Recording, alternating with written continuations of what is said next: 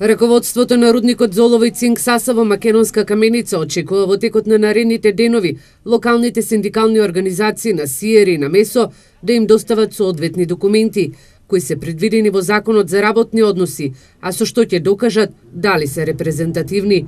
Максим Прохоров, менаџер за развој и инвестиции во рудникот Саса во Македонска каменица, вели дека откако синдикатите ќе си ја завршат работата, тие се спремни да ги почнат преговорите со членовите на едниот или на двата синдикати.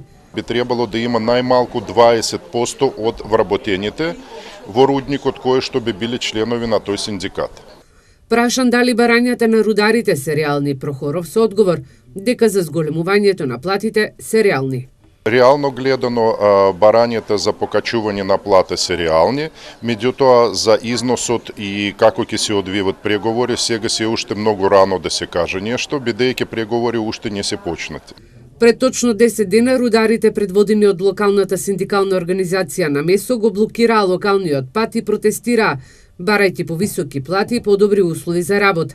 Инаку рудникот Саса во текот на овој месец, како најбезбеден рудник во земјава, одбележа 500 дена без повреден рудар.